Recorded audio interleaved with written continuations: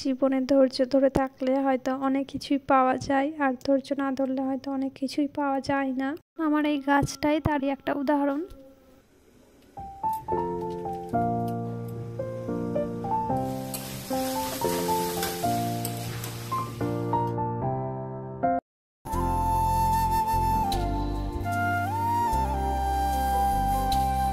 আসসালামু আলাইকুম, আমি তানভি ব্লগসে আপনাদের সবাইকে ওয়েলকাম করছি নতুন দিনে আর একটা নতুন ভিডিওতে।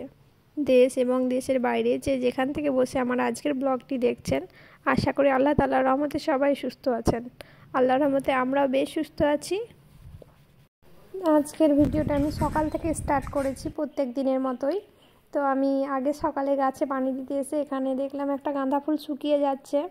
তো আমি সেই জন্য গাছ থেকে ছিঁড়ে নিলাম একটা গাঁদা ফুল আর কি। আর একটা গাঁদা ফুল আমি আগেই ছিঁড়ে বাইরে ফেলে দিয়েছি, কারণ শীতের দিনে সর্ষের যে পোকাগুলো হয় ওই ফুলটা পুরো ওই পোকাতে ভর্তি হয়ে গিয়েছিলো।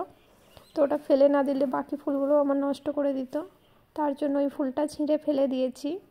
আর এই ফুলটা এখন ছোট ছোট করে কুচি কুচি করে পানির মধ্যে ভিজিয়ে রাখছি আর কি। আসলে আমি গাছ থেকে সেরকম ফুল তুলি না, কারণ আমার গাছ থেকে ফুল তুলতে খুব খারাপ লাগে। মনে হয় যেন গাছ থেকে ফুল তুললেই ফুলটা একদিন বা দুদিনের মধ্যে নষ্ট হয়ে যাবে, আর গাছে থাকলে অনেক দিন ভালো থাকবে। তো যখন দেখি একদম শুকিয়ে যাচ্ছে, গাছে আর থাকবে না, তখনই হয়তো ইচ্ছা হলে তুলে পানির মধ্যে ভিজিয়ে রাখি ফুলটা। আর এই তো কথা বলতে বলতে আমি একদম কিচেনে।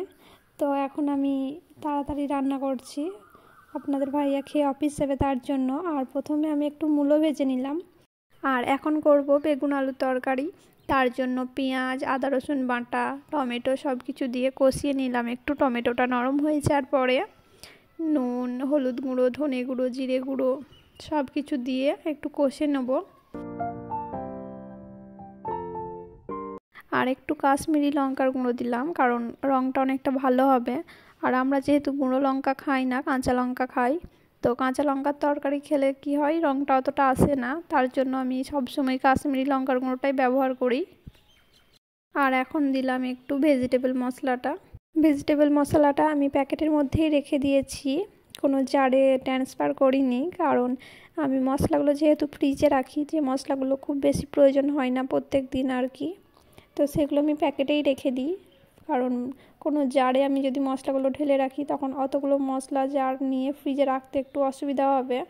আর আমি সবসময় ফ্রিজটা একটু ফাঁকা ফাঁকাই রাখি, আর জারে রাখলে ফ্রিজটা একটু বেশি লোড হয়ে যাবে, তো তার জন্য জার ব্যবহার করি না।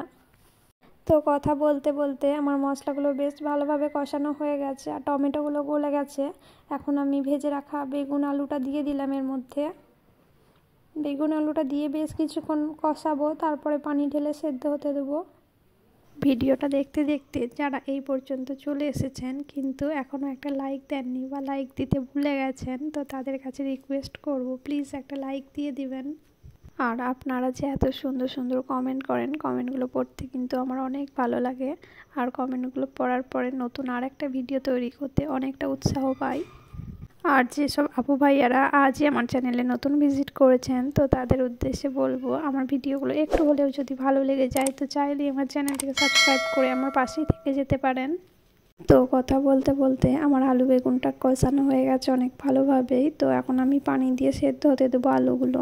আর আলুগুলো সেদ্ধ হয়ে গেলেই আমার তৈরি হয়ে যাবে আলু বেগুনের মজাদার একটা রেসিপি।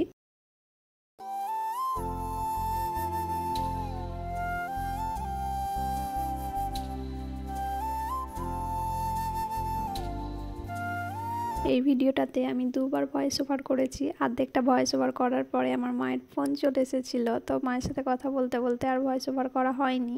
তারপরে বাকি অর্ধেকটা আবার পরে ভয়েস ওভার করেছি। রান্না বান্না আমার সব কমপ্লিট হয়ে গেছে, আর আমি এখন একটু কাউন্টার টপটা ক্লিন করে নিচ্ছি। যদিও বা ক্লিন আছে, তাও লাস্টবার একবার করে নিলাম। আর এখন আমি আমার চাল ধোয়া পানিটা গাছে একটু করে দিয়ে দেব।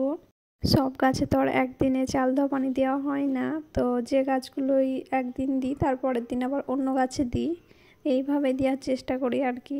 এই মানি প্ল্যান্ট গাছটা অনেকটাই ঝাঁকড়া হয়েছে, কারণ এটা আমি মাটির মধ্যে লাগিয়েছি, আর বাকিগুলো তো আমি পানির মধ্যে রেখেছি, ওগুলো আর সেরকম গ্রো করছে না কেন জানি না। আর মাটির মধ্যে এটা অনেকটাই গ্রো করছে। আর এই তো যে গাছটা দেখছেন এর নামটা আমি ঠিক জানি না, তো এটা ইনডোর প্ল্যান্ট না আউটডোর প্ল্যান্ট তাও জানি না। আমার যতদূর সম্ভব এটা ইনডোর প্ল্যান্টই। এটা আমি ছাদে রেখেছিলাম, হয়তো তার জন্য পাতাগুলো শুকিয়ে যাচ্ছে, ওই জন্য ছাদ থেকে নিয়ে চলে এসেছি। আর এখানে আমি চায়ের পাতাগুলো শুকিয়ে রেখে দিয়েছি আর ডিমের খোসাগুলো গুঁড়ো করে রেখে দিয়েছি।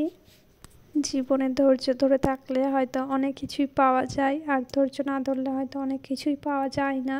আমার এই গাছটাই তারই একটা উদাহরণ। 2 বছর আগেকার এই গাছটা, তো 2 বছর ধরে আমার এই গাছটার ফুলই হচ্ছিল না। এক সময় বিরক্ত হয়ে ভেবেছিলাম গাছটা তুলে ফেলে দেব, ফুল হচ্ছে না, এত যত্ন করছি তারপরেও কেন জানি না ফুল হচ্ছিল না। এটা একটা রঙ্গন ফুলের গাছ। তো আমি পানি দিতে যেয়ে দেখছি গাছটার গুঁড়ি এসেছে, তো আমি খুব ভালো করে দেখলাম ওটা আসলে গুঁড়ি না অন্য কিছু, কারণ 2 বছর ধরে যে ফুল দিচ্ছিল না, এতদিনে হঠাৎ করে কি করে ফুল দেয় সে। তো দেখলাম না ওটা কুঁড়ি, আর আমার খুব ভালো লাগছিল যে তাহলে আমার 2 বছর কষ্ট করাটা সার্থক হয়েছে। আর গাছ এমন একটা জিনিস, তাকে যত যত্ন করা হবে সে তত সুন্দর হয়ে উঠবে। আর নিজের যত্ন করা গাছে ফল ফুল দেখতে কার না ভালো লাগে। আর এই তো এখানে ড্রাগন ফ্রুটের গাছে আমি ধনেপাতার বীজ ফেলেছিলাম, তো পাতাগুলো একদম পোকায় নষ্ট করে দিয়েছিল, ওগুলো তুলে ফেলে আবার পালং শাকের বীজ ফেলেছিলাম। তো এই পালং গাছগুলো অনেকটাই বড় হয়ে গেছে আর এগুলো অনেকটা ছোট হয়ে আছে, আসলে এখানে অনেক ঘন করে লাগানো হয়েছে ওই জন্য। আর ওখানে অনেক ফাঁকা ফাঁকা হয়েছে, তো ওই জন্য বড় হয়েছে অনেকটাই। এই গাছগুলো সব আমি ছাদেই রেখেছি, তো আমি এখন একটু ছাদে এসেছি, রোদ পোহাচ্ছিলাম আর জাল দেওয়া পানিগুলো একটু করে গাছে দিচ্ছিলাম।